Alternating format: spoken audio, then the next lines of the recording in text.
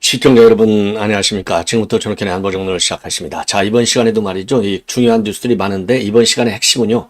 이원석 검찰총장이 동아일보와 관련해서 직접적으로 또는 간접적으로 이 발언한 내용들을 집중적으로 전해드리겠는데, 자, 이원석 총장이 일단 사퇴에 대해서도 상당한 고민이 많은 것 같습니다.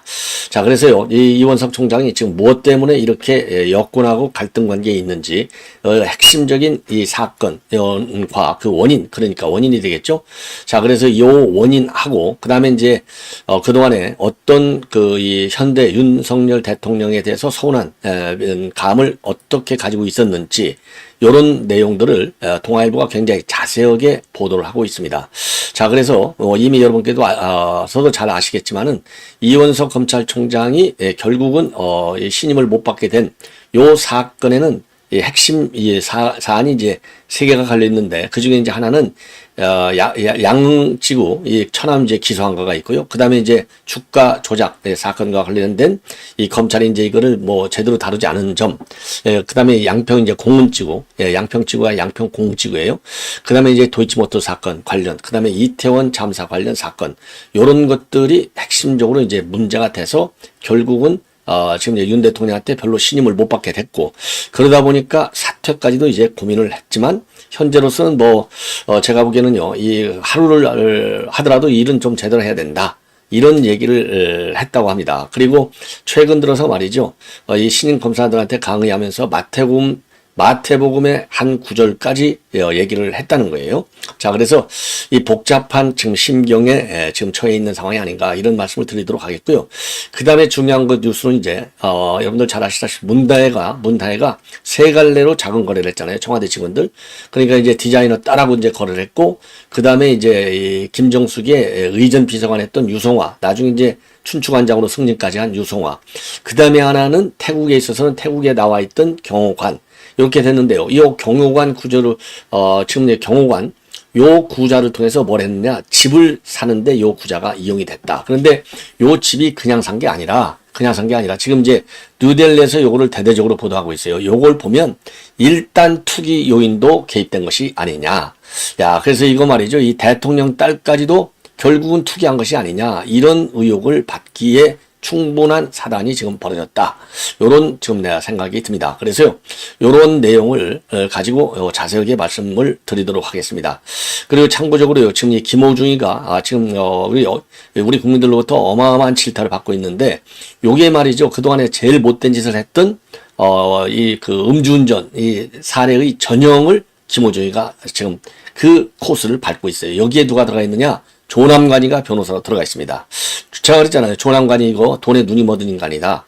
이거 사임을 해라. 그랬는데 끝까지 고소하고 있고, 그러다 보니까 지금 이 경찰에 출두할 때도 그야말로 이 뒷문으로 말이죠. 비공개 통로에서 출두하는. 그래서 여러분들 잘 아시다시피 최근에 이제 이 가수 지난번에 극단적인 그 선택을 했지 않습니까? 이게 도대체 이게 차이가 나느냐. 한 사람은 그야말로 공개적으로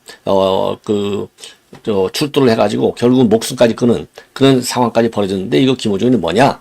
그래서 경찰이 이 고위 전관을 이 변호사로 쓰니까 이렇게 봐준 거 아니냐? 그래서 많은 논란을 야기하고 있습니다. 자, 그래서 이러한 내용을 가지고요, 여러분께 이제 쭉 말씀을 드리도록 하겠는데, 우선 윤 대통령 뉴스를 먼저 하나 드리겠습니다. 바로 윤 대통령이 말이죠. 윤 대통령이 이제 여러분들 잘 아시다시피 굉장히 그 중소기업 잘 챙기잖아요. 그래서 이번에도 중소기업을 챙기기 위해서 용산 대통령실에서 행사를 가졌습니다. 그래서 윤 대통령이 직접 여기에도요, 지금 연 3년째 직접 참석해서 중소기업인들을 지금 격려하고 있어요. 자, 그래서 요게 이제 이 언론에 대해서 특필되고 있는데, 이게 지금 연 3년째 우리 대통령이 중소기업을 챙기는 행사를 한 거, 이것도 매우 이례적이라고 합니다. 자, 그래서 요 내용을 말씀드리면, 우선요, 대기업에서, 그러니까 중소기업하고 대기업의 일종의 이제 상생 분위기를 만드는 것이죠. 그래서 대기업 재벌 측에서도, 재벌 회장들도 전부 다 참석을 했어요. 자, 그러니까 이제 어마어마한 이 중계 행사가 된 것이고, 그만큼 윤 대통령이 직접 챙기는, 그래서 뭐, 이 셀카도, 중소기업, 인들하고 직접 셀카도 찍고, 자, 이거 보시죠. 이 정도로 뭐, 굉장히 화기애애하게 이런 행사를 하고요. 그리고 주한 공관장들, 그러니까 이 외교 사절들도 또 참석하는. 그래서 대통령이 얘기한 대로 그야말로 이제 세일즈맨 1호가 되겠다라고 했는데 요 말을 진정으로 실행에 옮기는 그런 행보를 보였다. 그래서 이게 이제 어마어마하게 지금 뒤늦게지만 대서특필되고 있어요. 예. 자, 그래서 바로 이제 어제 중소기업인 대회에 직접 참석을 했습니다. 그리고 아까 말씀드린 대로 12개국 주한 대사들도 참석을 했어요. 그래서 본인이 정말 세일즈 외교 펼친 것이 제일 기억에 많이 남고 보람을 느끼고 있다. 이런 얘기를 했고요. 60개 테이블을 빠짐없이 전부 다 돌았다고 합니다. 그래서 앞으로도 정말 꼼꼼하게 챙겨 나가겠다. 이러한 입장을 밝혔고요. 자, 그리고 이제 이 대기업, 이 재벌 회장들도 지금 그러니까 지금 이재용이라든가 구강호라든가 이 포스그룹 회장 장인화, 그다음에 하나그룹 부회장 김동관, 그다음에 HG현대 대표이사인 정기선, 그다음에 정용진, 이 대기업 총수들도 지금 전부 참석해갔고요. 무려 500여 명이 참석을 했다고 합니다. 그래서 앞으로도 이 중소기업이 이 글로벌화를 추진하는데 적극적으로, 그래서 글로벌 원팀호 주장식까지 가졌다고 합니다. 그래서 참석자들은요, 중소기업과 함께 세계로 미래로 이런 문구가 쓰인 플래카드를 들고 글로벌 원팀 코리아 중소기업 함께 합니다. 파이팅! 요런 거를 외쳤다고 합니다.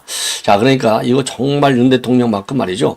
이 중소기업을 제대로 챙기는, 요 지금 이 사진 보십시오. 그래서, 정말 이 세일즈맨 1호라고 하는 것이 그냥 말로 듣기 좋게 그야말로 이제 이재명과 같이 무슨 선전성 이런 구호가 아니고 실제로 몸에 배어 있는 그러한 윤 대통령의 이 모습이 아니냐. 자, 그래서 요거는 그 중소기업인들한테는 어마어마한 큰 행사가 됐다. 자, 이런 말씀을 드리고 싶고요.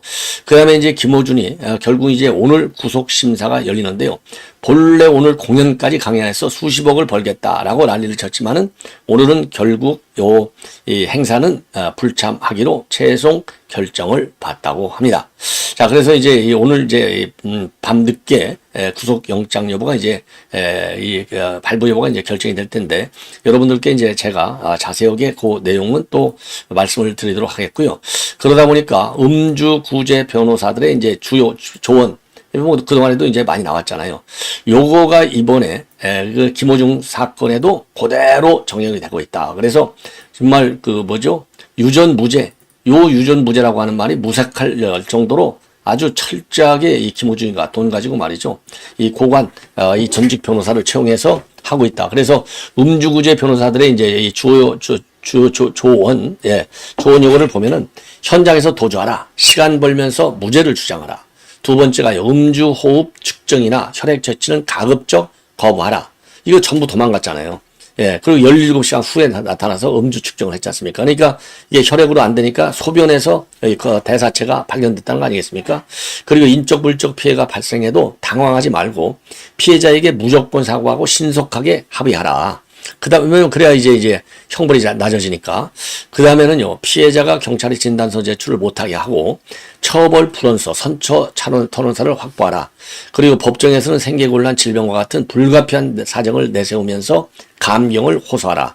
요런 전형적인 그러니까 이제 음주구제 일타 변호사들 조언하고 판박이로 지금 김호준이가 행보를 보여왔다. 이런 꼼수들이 지금 되고 있고요. 그 다음에 김호중이도 이제 아이폰을 쓰고 있는데 아이폰 비번 제공을 거부하고 있다. 그래서 디지털 포렌식에 상당한 장애를 주고 있다. 그래서 요거는 결국 이제 한동훈 씨 아니냐. 또 요런 뭐라고 그러죠? 일종의 이제 비판인 것이죠. 요런 게 나오고 있고. 그리고 이번에 이 송대관이가 요 사건을 보면서 본인이 100억대 집을 날리고 월세살이 를 하게 되는 그런 고통을 갖게 됐는데 이거 죽어야 하나 그 당시 이제 고민했는데 이번 김호중 사건을 보니까 참 그렇더라. 그래서 결국은 이제 이 송대관 씨의 경우에는 이제 무죄 판결까지 받았는데요. 어쨌든 간에 이 부인 때문에 이제 이런 이 고생을 많이 했지 않습니까? 그래서 이번 김호중에 대해서도 말이죠. 좀 조언을 아끼지 않는 그런 상황인 것 같고 겸허하게 살아라고 얘기를 하고 있습니다.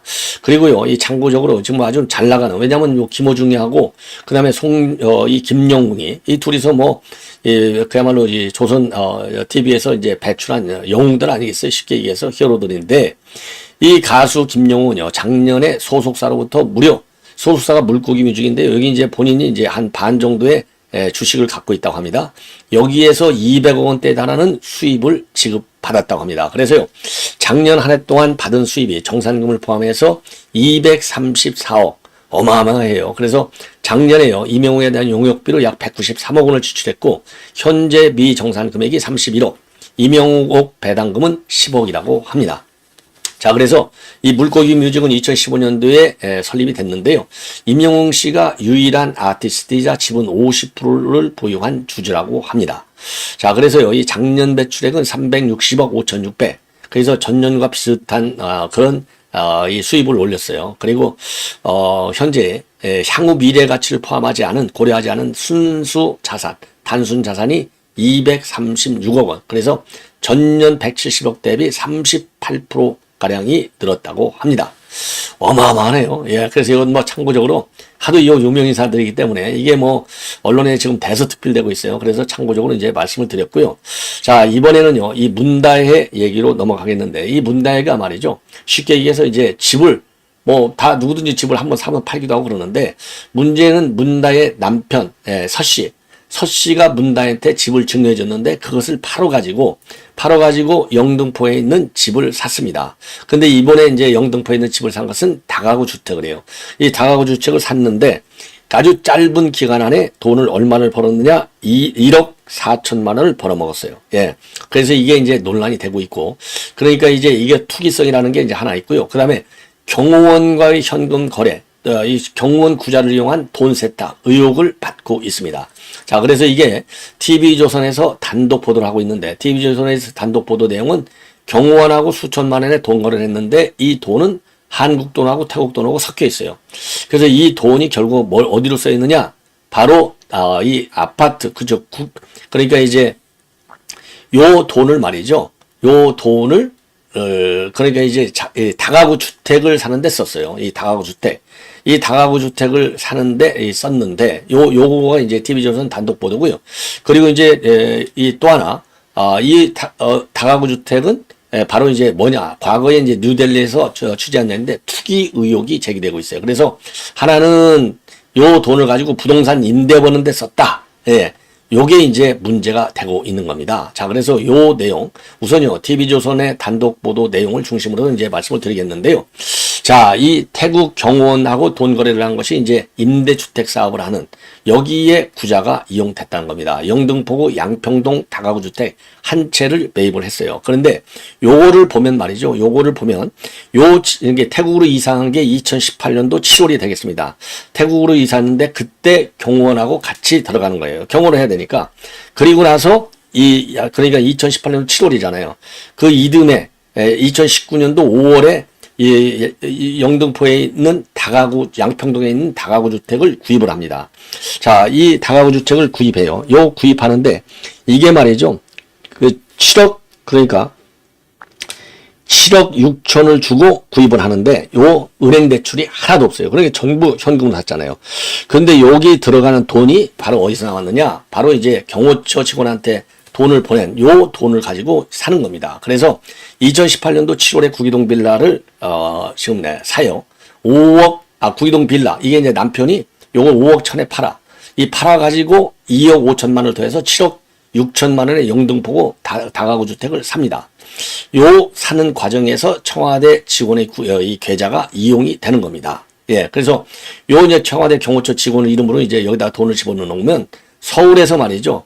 이 문다혜 측에서 돈을 빼서 다가구 주택 하는데 산 거예요. 그래서 내용을 알아보려고 최근에 주영훈 경호처장을 직접 불러서 조사를 했어요. 예. 요게 이제 의혹의 이제 한 측면이 되고, 그래서 요게 말이죠. 그 당시 이제 7.65, 7억 6천만 원에 샀는데, 요거 21년도 2월에 얼마를 파느냐? 9억에 매도해요. 그러니까 1년여 만에 1.4원을 더 벌어들입니다. 예. 근데 문제는 뭐냐? 1.4원을 갖다 21개월 만에 이제 벌어들였는데, 이제 쉽게 얘기해서 2018년도에 이제 구기동에 있는 빌라를 매각하는 거예요. 그러다가 2019년도에 양평동에 있는 영등포, 요거를 매입해, 다가구주택. 그런데 2020년대 바로 이듬해 지구 단위 구역으로 설정이 됩니다. 그러니까 재개발될 수 있는. 그래서 2021년도에 매도를 합니다. 그러니까 2년여 만에, 2년 조금 못 되죠? 19년도에서 2021년도, 2년 조금 못 되는 사이에 1억 4천만을 벌어요. 그 사이에 지구 단위 구역으로 변경이 됩니다. 그러니까 이때 그러니까 이게 사전 정보를 입수한 거 아니냐? 재개발, 재건축. 예. 요런 의혹이 되는 겁니다. 그래서 요 돈이 결국은, 이 경호실, 이 직원, 경호처 직원의 구자를 이용해서 돈 세탁해서 이게 든 것이 아니냐. 그러니까 이제 종합적으로 보면은요. 자, 이 디자이너 딸, 이거 제가 이렇게 말씀을 드릴게요. 자, 이게 이제 계좌를, 이거 갖고 이제 검찰에서 압수하고 난리를 치니까 이게 3번에 걸쳐서 문다혜가 글을 올렸는데 이걸 다 삭제해버렸잖아요. 자, 그러면서 이 거래 내역을 보면은 3군데잖아요. 경호처 직원, 그 다음에 총무비서관실에 있는 행정요원, 그러니까 이게 디자이너 딸, 그 다음에는 춘추 관장. 그래서 이 디자이너 딸, 요게 특활비를 이용해 먹은 것 아니냐. 이런 게 이제 의혹하고 이제 유송하고. 요게 특활비 의혹이 있는 거예요. 요걸 가지고, 아까 얘기한 대로, 7억 6천만 원 주고, 영등포구 양평동에 있는 집을 사는데, 단 한 푼 대출도 없이 산다는 겁니다. 여기에 특활비 의혹이 들어가는 것이고, 그 다음에는 또 태국에서 경호처 직원으로 하여금 이제 이 계좌를 이용해서 돈 세탁해서, 이것도 특활비 또는 타이제이스타젯, 이게 사실 이상직 거잖아요. 그러니까 이상직 돈이 여기로 들어와서 자금 세탁했을 가능성도 있다 이겁니다. 왜냐? 월세도 주고 자녀 교육비도 주고 일체 봉급도 주고 다 이상직가 돈을 대줬잖아요. 그러니까 이게 다 뇌물성이다. 요거 제대로 걸려들었어요. 요거 문다혜가 빨리 소환 조사해야 됐고 빨리 구속해야 될 것이 아니냐. 이런 여론이 지금 비등하고 있는 거예요. 특활비 의혹 터진 겁니다. 사실상. 자, 그래서 요게 일파만파로 커지고 있다. 이런 말씀을 드리고 싶고요. 자, 그리고 이제 그다음에 이제 이제 이원석 검찰총장, 이원석 얘기를 또 하지 않을 수가 없는데요. 이원석 얘기까지만 제가 아무래도 좀 해야 되겠네요. 이원석 얘기를 조금 자세하게, 요거는요, 동아일보가 지금 대대적으로 보도하고 있어요. 그래서 동아일보가 제가 보니까 이게 정말 기자 솜씨를 보여준 것 같아요. 이원석 총장 주변 인물들을 전부 취재를 했습니다. 자, 그래서 지금 이제 문제가 뭐냐? 지금 이제 이 제목이 이렇게 돼 있어요. 기로의 이원석, 사직도 귀하게 써야 될 상황이 있다. 나갈 때까지 의무를 다한다. 그러니까 여차하면 언젠가는 중간에 그만둘 수도 있는데 일단 나갈 때까지는 의무를 다한다. 그리고 사직도 귀하게 써야 된다 했잖아요. 그러니까 함부로 팍팍 사직 내지 않고 굉장히 신중하다. 그래서 제목이 이제 기로에선 이원석 검찰총장, 이 큰 제목이 그렇게 되어 있어요. 그래서 이원석 총장하고 검찰총장의 특정 매체고 직접 인터뷰할 수 있겠습니까? 못하는 거죠. 그러니까 이제 주변 인사들을 샅샅이 찾아서 취재를 했습니다. 그래서 이제 최근에 이원석 검찰총장이 주변에 한 얘기를 쭉 보면 내가 굉장히 외롭다. 그리고 굉장히 외롭다. 그 다음에 하나, 나는 굉장히 열심히 일을 하고 있다. 열심히 최선을 다해서 하고 있는데 대통령이 이런 나의 정말 충정을 아는지 참 모르겠다. 이게 모르겠다 이거죠. 그리고 인사를 통해서 최근에 인사를 했는데 인사에 대한 불만을 남겼지 않습니까? 그런 것처럼 그게 이제 7초의 침묵이라고 그러잖아요. 그래서 인사는 인사고 수사는 수사다. 이런 얘기를 했는데 이 얘기는 결국은 뭐냐? 인사해, 좋아. 나는 나대로 수사할 거야. 이런 반발 심리가 작동이 된 거 아니냐? 요렇게 지금 이 정치가와 법조계에서는 해석을 하고 있다. 자, 그래서 이제 요게 이제 큰 이 틀이 되겠고, 아까 말씀을 드린 대로 내가 정말 최선을 다하고 있는데 대통령이 인정하는지 모르겠다는 게 인정을 못 받고 있다는 거 아니에요. 그래서 이원석 검찰총장이 초기에 이 직무 대행을 몇 달간 했는데 그때 그래서 합격을 해가지고 말하자면 이원석 검찰총장이 제대로 충성스럽게 일을 하는지 시험을 했다는 겁니다. 대행 기간을 서너 달 한 게. 그래서 그때 이제 평가를 받아서 검찰총장으로 최종적으로 이제 이 발령을 받았는데 최근 들어와서 이제 이게 삐까락 된 거 아니에요. 그래서 그 삐까락 되고 나니까 이제 뭘 하고 있느냐? 나는 최선을 다하는데 대통령이 그렇게 생각을 안 하는 것 같다. 요 얘기를 이원석 총장이 주변에 했다는 겁니다. 자, 그러면서 논어에 나오는 구절. 남이 안아주지 않아도 성내지 않아야 군자라고 하지 않나. 논어에 나오는 이 구절까지 인용을 했다고 합니다. 그래서 이런 말을 하면 이상하지만 저는 평상심을 유지하는 것이 중요하다고 본다. 서운하고 섭섭한 부분이 있을 것이지만은 이거는 보는 부분에 따라서 다른 거 아니냐. 그래서 논에 나온 구절, 지금 이제 조금 전에 말씀드린 대로 남이 알아주지 않아도 성내지 않아야 군자라고 하지 않나. 예, 불역 군자호라. 예, 인부지 이불온. 그렇죠? 예, 인부지 이불온. 사람들이 나를 알려주지 않아도 예, 불역 군자호라. 이 군자는 화내지 않는다. 예, 요 얘기를 주변에 했고요. 그리고 저 이원석 총장이 최근에 용산의 의사결정 체제를 한번 어떻게 보느냐, 너희들은. 나는 좀 불만 있다, 이런 얘기죠. 그래서 검찰에 있을 때, 그러니까 윤 대통령이 총장할 때, 대통령이 총장일 때 두세 번 아니면 네다섯 번 총장실 문을 열고 들어갔는데, 들어가서 보고 나면 처음엔 그게 된다는 말이냐, 그러니까 그게 말이나 되느냐, 이렇게 하다가도 나중에 쭉 설명을 하면은, 그래, 그러면 맞으면 자네들 뜻에 따라 하라, 이렇게까지 대통령이 했다는 거예요. 예, 그래서 그 당시 검찰총장한테 심하게 깨지면서도 결재를 다 받아왔는데 요즘은 이게 뜻대로 잘 안 된다는 것이죠. 자, 그러면서 이 박근혜 대통령을 직접 조사해서 구속했던 그런 이제 경력을 가지고 있잖아요. 그래서 역대 대통령 중에 자기 뜻을 굽히는 사람이 없었고 절대 반지를 낀 자리 같다. 그러면서 말이죠. 검찰에선 생각이 달라도 토론의 과정이라고 보고 얘기를 하는데 그래서 욕먹고 깨지고 토론도 하는데 요거 이 대통령이 딱 되고 나니까 이게 안 된다. 그래서 대통령이 생각을 해야 된다. 참모들이 편할 수 있게 좀 문을 열어줘야 되는 것이 아니냐. 요런 얘기를 하고 있다. 그리고 지금 이제 세 가지 사건 때문에 지금 이제 이 틀이 벌어지게 됐다는 겁니다. 그래서 제일 첫 번째 세 가지 사건, 그러니까 신뢰를 잃게 된 거, 대통령한테. 하나는 양평 공지구 개발 의혹. 여기 천암이 이제 게재됐는데, 천암을 갖다가 말이죠. 이 경찰에서는 무혐의다. 그랬는데 검찰에서 보안 수사를 지시해갖고 결국은 기소 조치를 했고 또 기소 조치 과정에서 경찰에서는 꺼내지 않은 업무집행 방해까지 집어넣었다는 겁니다. 요거는 업무집행 방해까지 집어넣은 것은 결국 이 검찰총장이 세게 이 조사를 하라고 하는 바람에 직접 지휘하는 바람에 이렇게 천암 사건도 커졌다는 거죠. 예. 그 다음에 이제 이태원 참사와 관련해서 김광호 서울청장 기소 여부를 결정하기 전에 직권으로 대검이 수사심의회를 열어가지고 결국은 업무상 과실치사 혐의로 김 청장을 기소할 것을 딱 권고하게 됐다는 겁니다. 이것도 일선지검의 불기소 의견을 뒤집은 거라는 거예요. 이게 다 지금 이제 이원석이가 수사를 세게 하는 바람에 그랬고, 그 다음에 이제 김건희 여사 도이치모터스 이거 대면 조사 필요성도 송경호가 세게 밀어붙이고 이 과정에서 이원석이가 수사를 똑바로 해라. 이런 지시를 내리게 됐다는 겁니다. 그래서 이게 결국은 깨지게 됐다.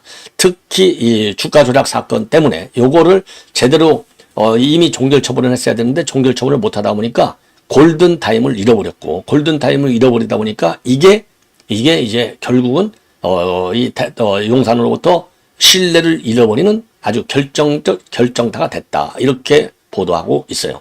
예. 자, 그래서 요게 도이치모터스 수사 사건에 대한 수사가 지연되는 거. 이것이 지금 이원석의 가장 큰 실수였고, 그 실수였다. 요것 때문에 지금 야당이 특검법으로 이거를 지금 몰고 가는 것이 아니냐. 요러한 해석이 나오고 있다고 합니다. 그러다 보니까요.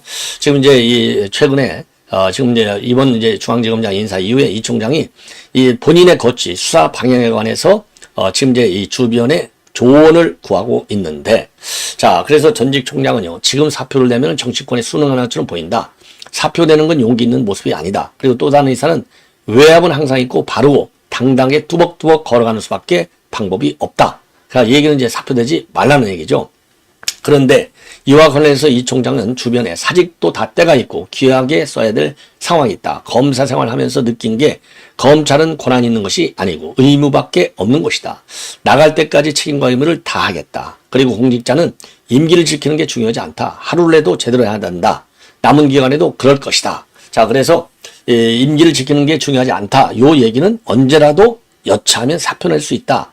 요거를 강하게 시사한 것으로 그렇게 해석이 되는 구목이고요. 작년 11월 달에 신임 검사들한테 교육을 하는데 마태복음을 인용했다고 합니다. 너희는 세상의 소금이니 그 맛을 잃으면 무엇으로 세상을 짜게 하리요. 그러면서요, 이 첫 문장보다는 더 중요한 것이 두 번째 문장이다. 그러니까 맛을 잃으면 무엇으로 세상을 짜게 하리요. 그래서 짠 맛을 잃은 후에는 아무 쓸데없이 다만 밖에 버려져서 사람들에게 짓밟힐 뿐이다. 자, 그래서요, 벼랑 끝에 좁게 들어선 잔도를 걷고 있는 이원석의 운명 과연 어떻게 되겠느냐.